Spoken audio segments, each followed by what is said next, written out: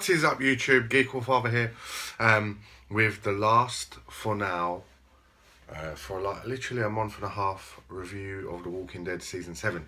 So, I'm a little bit late because I was doing other stuff, but, sorry, let me just hungle that down a bit. Hungle it.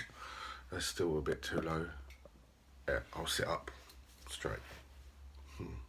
Right, yeah, back to it. Season 7, Episode 8, mid-season finale. And again, apart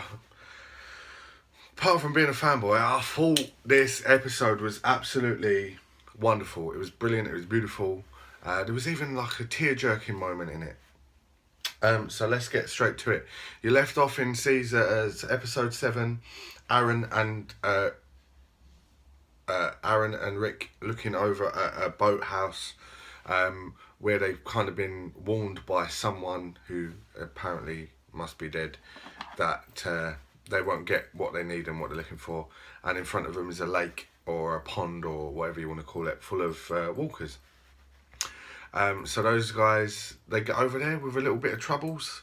Aaron falls in the water, but they get a bunch of stuff. No bullets. The guy's used all the bullets, defended himself. But there's guns, there's food, there's all sorts of business. You also see Carol and Morgan again. Morgan's left Carol a box of food. He doesn't want Carol to see him, but she invites him in. They have a chat about her not wanting him there, and he's like, well, but I didn't mean for you to see me. I'm just dropping you off some food, which she doesn't need because King Ezekiel's been giving her some. He's been supplying her with food anyway. And then you get, and I don't know his name, which again, terrible of me, but you get chap in plastic armour come into Carol's house also talking about wanting to attack Negan. So that's where we are with that. Michonne is still in the car with one of the saviours heading back towards their camp, and she wants to kill him. She gets to the top of a hill. The saviour points out that that's a group of people, and Michonne has other ideas of doing it because she realises how outnumbered they are, so she drives back to Alexandria. Who else do we catch up with? Oh, by the way, guy with plastic armour seems to have a caravan in the woods that no one can see because it's behind a well-placed bush and a sign, but he's got a bunch of stuff in there. He sits in there crying. The important bits though, the really good bits, Daryl's making a break for it. And again, I keep on seeing it on Forbes. Whoever is reviewing The Walking Dead for Forbes doesn't like The Walking Dead at all, because they literally say that every episode's terrible. But this is how television works, right? Just in case anyone from Forbes watches, which I doubt, but you might do one day. You have to set up several lines of narrative to get you to your main line of narrative. That's how television works. I will explain it in the way of a map. 4 roads lead to one place, yeah? That's how it works.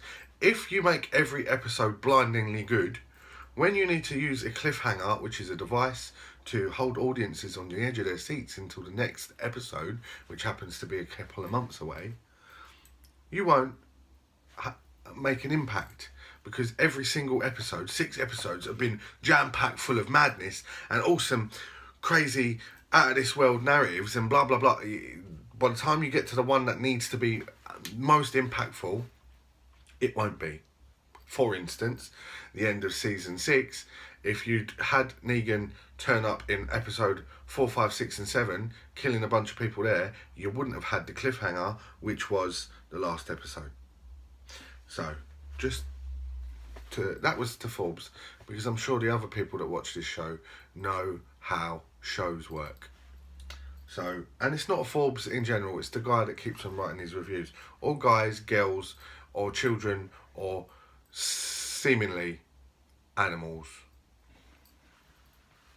So important part, Rick breaks out, and he doesn't break out, he's let out, he's given a key, he goes and eats a whole jar of peanut butter. Good for him, he's not had anything but dog food for the last God knows how long, couple of weeks.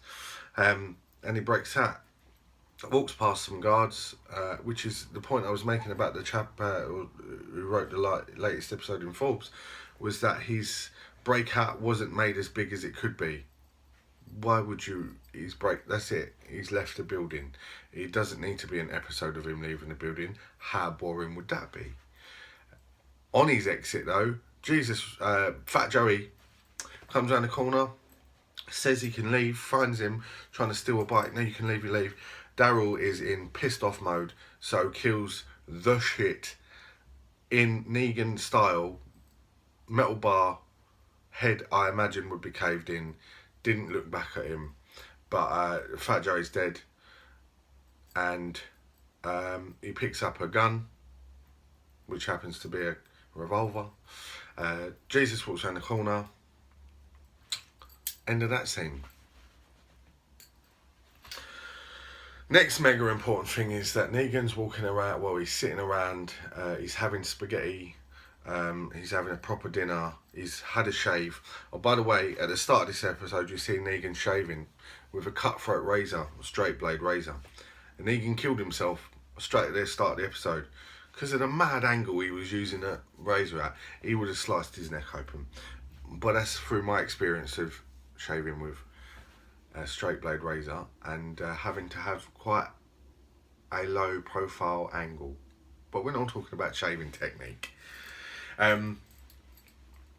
Spencer has decided to get all chummy with the Saviours, and it takes a bottle of whiskey to go and see Negan, and then they go and play pool in the middle of the street, or as the Americans call it, billiards. And Spencer suggests that he kill Rick and put him in charge. So Spencer wants Negan to kill Rick and for Negan to put Spencer in charge, and everything could be better. And Negan retaliates by calling him gutless. He's got no guts, as he plunges a knife in him and tears his stomach open. Wicked scene. He's holding on to his guts. It's not what you would do, obviously. Look at your guts and try to juggle them around. You'd die. But that happens. And then I was losing track of time. But the next thing that happens is Rosita decides to pull out the gun and the one bullet that Eugene made her and shoot Negan. And the screen blacks out for a little bit longer than it usually does, and you see that the bullets actually hit Lucille and not Negan. Consequently, Negan goes absolutely mental, starts shouting and screaming because someone's hurt Lucille. Second thing I did notice, if a bullet hits a baseball bat that's in front of your hand, the force of said bullet, travelling at just under the speed of sound, would knock into your face and knock you unconscious. But this isn't a baseball and physics lesson. So Negan starts going mad, gets one of the Saviours to pin Rosita down and cut her face because she defaced Lucille, so he's going to deface her. Unless someone tells him who made the bullet, and everyone's saying it was me, which is basically a lie. And so Negan orders his lieutenant, I imagine it's one of his lieutenants because she's popped up a few times, to kill someone. In which case she turns around and she pops what's her name in the head? Oh shit, I always forget her name. The one that looks after the stores that she's been with for a while. That's terrible. I'm sorry. Someone correct me. Not correct me because I haven't got it wrong. Someone tell me her name. And that happens whilst Aaron's getting the shit kicked out of him for saying something dodgy. They found a piece of paper with the... they found a piece of paper with the finger up saying you think you won but you still lost kind of thing. And they kick the shit out of Aaron while Rick has to stand there watching. When they hear the gunshot, they run off. And then, there you go. Negan tells Rick that he should say thank you because not only did your son come to my camp to kill men, which could have been me, and I didn't kill him, I brought him back home, but I've also killed Spencer, who wanted me to kill you. So you should be grateful. And then says, I'm going to take all the stuff that you scavenged today, and it's nowhere near enough because of what happened today. That was an awesome episode.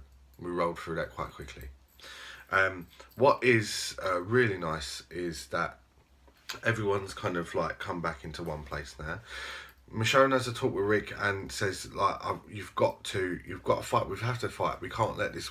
No matter what, we'll win. We'll find a way to win. And instead of Rick pussying down or backing down again, he says, right, yeah, no, I know that now. Let's do it. And so the end of the episode, and the bit that was actually quite tear-jerking, was Rick and the guys go over to the hilltop where Maggie shouts for Sasha, and they all meet him at the door, and they all have a hug, and everyone's all happy and hugging each other. And then from round the corner, Jesus and Daryl come out. Rick sees Daryl, goes straight over to him. Daryl, behind all his shagged up hair, it looks like he's about to start crying, and they hug it out, and you're just like, that's really good, man. Like, awesome camaraderie. And they kind of all walk off into the sunset, a little bit like Reservoir Dogs, he kind of walking away, deciding that they're actually now going to kick ass. And Daryl gives Negan his 6-shot revolver. So it's on now. The lads, the girls, the guys of Alexandria are with the guys at Hilltop. And it's going to go down. So now, all that's got to happen, and from the preview of episode 9, which is on in February, all we've got to do is convince King Ezekiel and the guys at the Kingdom to join in the fight. No one knows about the guys at Oceanside yet, but that's another group of people with weapons to fight. Now, in the comics, that happens. That's going to happen. Not with as many people, and not with specific people. Obviously, Daryl wasn't involved in the comics. He wasn't a character in the comics. And so that device of having someone being tortured for a couple of weeks because of this man wasn't there. So things are going to change quite drastically.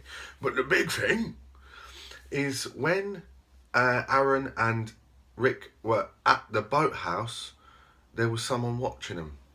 Now, for the last season, I'm going to say 3 seasons, there has been someone or some people or something watching different groups of people at different times from a distance. And this episode, we see a shoe with some patterns on it, a boot. And then later on in the post-credit scene, there's a guy, I'm going to assume it's a guy, in a bush with a pair of binos looking at the guys for a bush, and then he kind of slinks off, he or she, because it could be a she, slinks off, and then the boots hit the floor, and again it's the same person. Now, some people have speculated that this could be a Whisperer. From what I am very aware of, the Whisperers in the comics actually basically wears walkers' skins to blend in with walkers. So they might not necessarily be wearing a hoodie, using binoculars, with some funky boots on. I would assume that they're more... And the guys have dressed up in zombie entrails before to get through certain scenarios in the series, so they, you know, it's not plausible that they would do that and make it more of a costume. But at the same time, quite impractical to keep on getting people walking around as zombies. But one of the big ideas is that killing Negan or stopping Negan might not be a great idea, because he might be the lesser of 2 evils, if you like. Because one, if you kill him, the rest of his guys, or stop him, the rest of his guys might not do what you think they're going to do and just back down. And now they're not being controlled by anyone, might, you know, make it worse. At the same time, the Whisperers, if it is the Whisperers, they might not be going around attacking people, because the land is almost under the protection of Negan, because he's got resources everywhere. So if you stop that resource and stop that influence and stop that protection, it might make things worse in that respect. Will they kill Negan, which is very different from the comics, or will they keep him locked up and use him later on in the series, like they did in the comics? So kill him, didn't do in the comics, and in the comics they actually, Rick never killed him. I know that was a bit of a confusing sentence. So that is it until February. So thank you for watching this. Please like and subscribe. Also leave some comments if you watch The Walking Dead and you've got any different opinions or ideas or different anything, or even if you agree with me and you just want to start a chat, please use the comments box.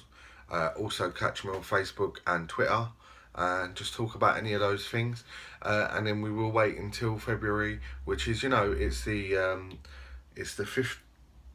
14th of December, so we've only got 45 days until the next, potentially till the next day, but maybe 50 days, 55 days. So February, you know, midway through December, we've got the month of January. I'm going to say we've got 2 whole months, so mid-February. But yeah, definitely please like and subscribe. Help me get my subscriber count up. It's gone up 1. I'm on 24, but I'm very thankful for the people that have done that. And that was actually Dan Woodward. I worked with Dan in B&Q, so thank you, Dan, for the subscribe, and for everyone else that's subscribed. I've been the Geek All Father. Peace out.